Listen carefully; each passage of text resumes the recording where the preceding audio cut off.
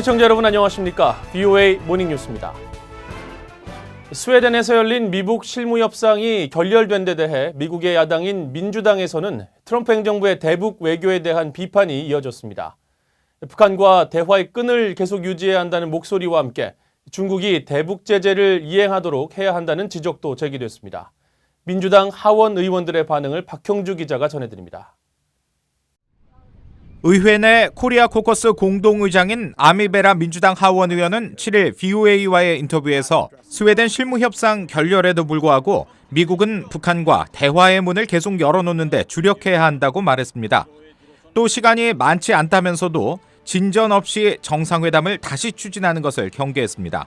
I'd still encourage both sides to continue the dialogue and communicate, but time is running out. I want to try to at least either have another summit or some tangible progress this calendar year.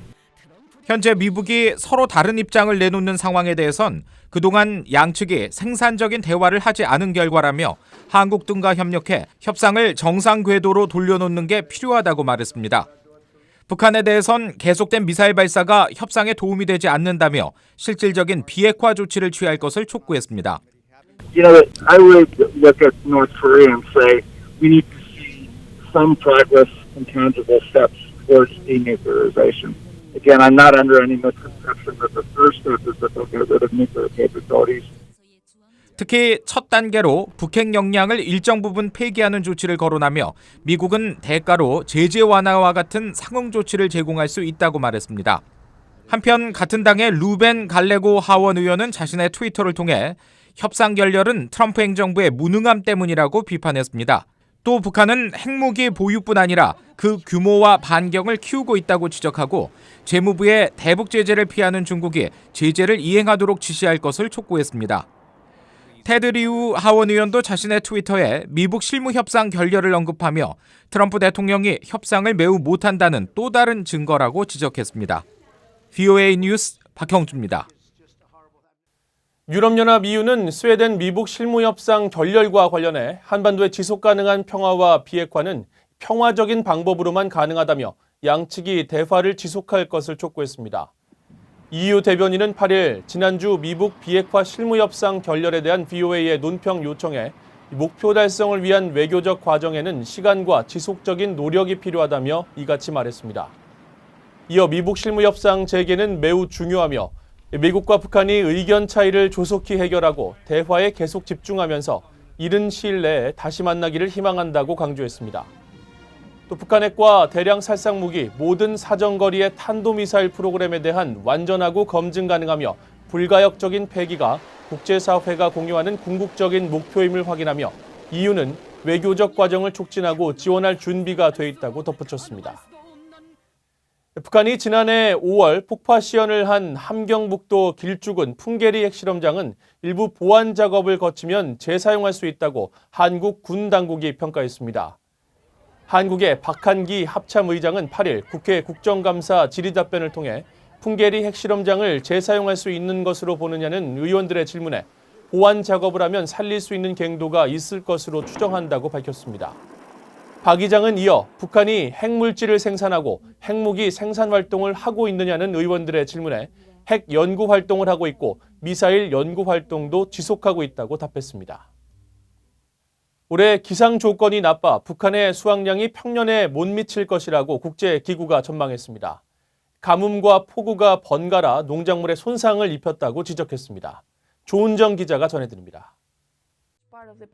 스위스에 본부를 둔 국제기구 지구관측 국제농업 모니터링 그룹은 최근 발표한 조기경보 작황 모니터를 통해 현재 북한의 가을 추수가 진행 중이고 10월 말에 끝날 것이라며 수확량이 평년에 못 미칠 것으로 예상된다고 밝혔습니다. 지난 4월과 6월 사이 강수량이 평년보다 적어 모내기와 조기 작물 성장에 영향을 미쳤다고 설명했습니다. 또 8월과 9월 초에 내린 폭우와 특히 9월 7일 북한에 상륙한 태풍 링링은 심각한 국지성 홍수를 일으켜 수확을 앞둔 농작물에 손상을 가했다고 지적했습니다. 이 기구는 앞서 올해 북한 경작 지역이 지난해보다 적은 데다 가뭄 때문에 남부 곡창지대 옥수수와 쌀의 성장이 좋지 않았다고 밝혔습니다. 지구관 측 국제농업모니터링그룹은 지난 2011년 주요 20개국 농업장관들이 공동으로 세운 국제기구로 위성과 지상 관측을 통해 작황 정보를 제공하며 수확량을 전망하는 활동을 하고 있습니다.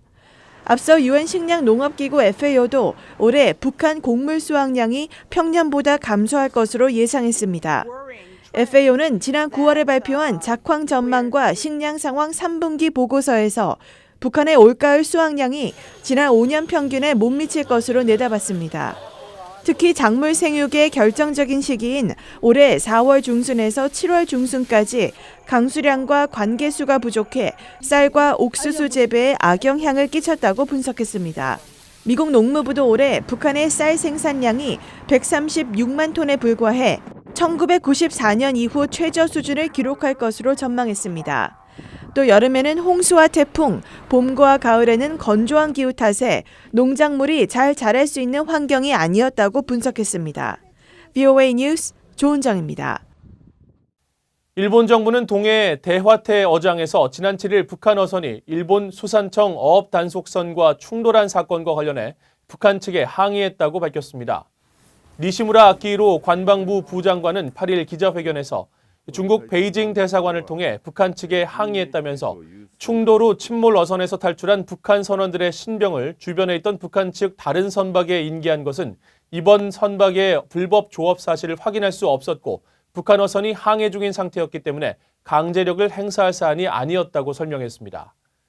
앞서 지난 7일 오전 일본 노토반도에서 북서쪽으로 약 350km 떨어진 대화태 어장에서 이곳을 지나던 북한 어선이 배타적 경제 수역에서 나갈 것을 요구하던 일본 수산청 어업단속선 오쿠니호와 충돌해 북한 어선이 침몰했으며 북한 측 선원 약 60여 명은 전원 구조돼 주변의 다른 북한 측 선박에 인결됐습니다.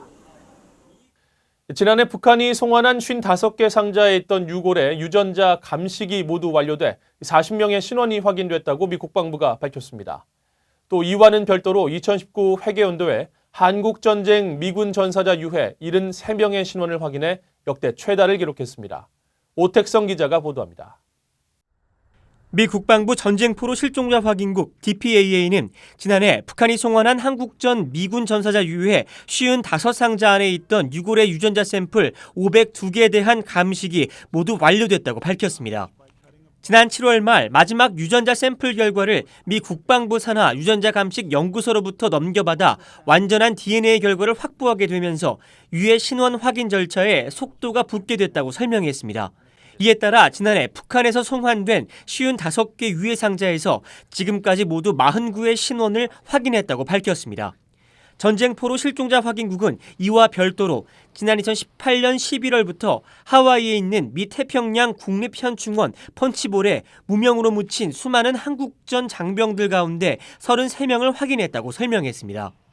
이에 따라 2019년 회계연도에 신원이 확인된 유해는 모두 73명으로 역대 최다를 기록했습니다.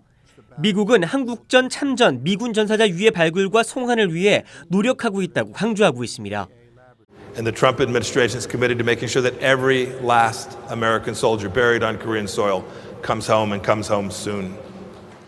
전쟁포로 실종자 확인국은 지난 2011년 9월 한국전 미군 전사자 유해 감식을 전담하는 K208 프로젝트 팀을 출범시킨 이후 미군 69명의 신원을 확인해 역대 최고를 기록했습니다. 지난 1992년부터 20년 동안 61명을 확인한 것을 감안하면 큰 변화인데 올해는 모두 73명을 확인하면서 2016년 기록을 넘어섰습니다. 이런 가운데 북한과의 미군 전사자 유해 발굴 작업은 지난 2월 하노이 정상회담 합의 결렬 이후 북한 측이 응하지 않아 진전이 없는 상태입니다. VOA 뉴스 오택성입니다. 지난 8개월 동안 러시아가 북한에 들여보낸 정제유 양이 중국이 공급한 양보다 2배나 많은 것으로 나타났습니다. 유엔 안보리는 7일 웹사이트를 통해 러시아가 지난 8월 북한에 정제유 2,611톤을 공급했다고 명시해 지난 1월부터 8월까지 8개월 동안 러시아가 북한에 공급한 정제유의 양은 23,566톤으로 집계됐습니다. 이 같은 수치는 같은 기간 중국의 대북 정제유 공급량 12,500톤의 2배에 달합니다. 한편 지난 8개월간 중국과 러시아의 북한 공급 정제유 양을 합하면 약 47,130톤으로 37만 2,300배럴에 해당하며 이는 유엔 안보리 결의인 북한의 연간 수입 한도 50만 배럴의 약 74%에 달하는 수치입니다. 이상으로 VOA 모닝뉴스를 마칩니다. 시청해주신 여러분 고맙습니다.